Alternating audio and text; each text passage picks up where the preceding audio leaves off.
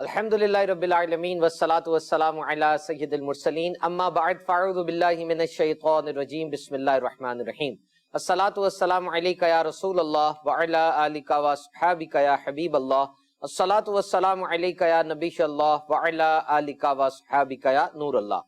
فرمان مصطفیٰ صلی اللہ تعالی علیہ وسلم، تم اپنی مجلسوں کو مجھ پر درود پڑھ کے آراستہ کرو کہ یہ بروز قیامت تمہارے لیے نور ہوگا۔ صلو علی الحبیب صلی اللہ تعالی علی محمد۔ پیارے پیارے اسلام بھائیوں اور مدری چینل کے ناظرین، پروگرام ہے اسلام اور سائنس، اور آج ہم ایک بہت ہی اچھوتا منفرد موضوع لے کر حاضر ہوئے ہیں۔ Please try to be conscious and try to be focused. یاد رکھیے، انسان کا دماغ وہ اس طرح کا ہے کہ ہم ملٹی ٹاسکنگ نہیں کر سکتے۔ اگر ہم دو کام ایک ساتھ کر رہے ہو تو در حقیقت ہم دو کام نہیں کر رہے ہوتے، ہم ایک ہی کام کر رہے ہوتے ہیں۔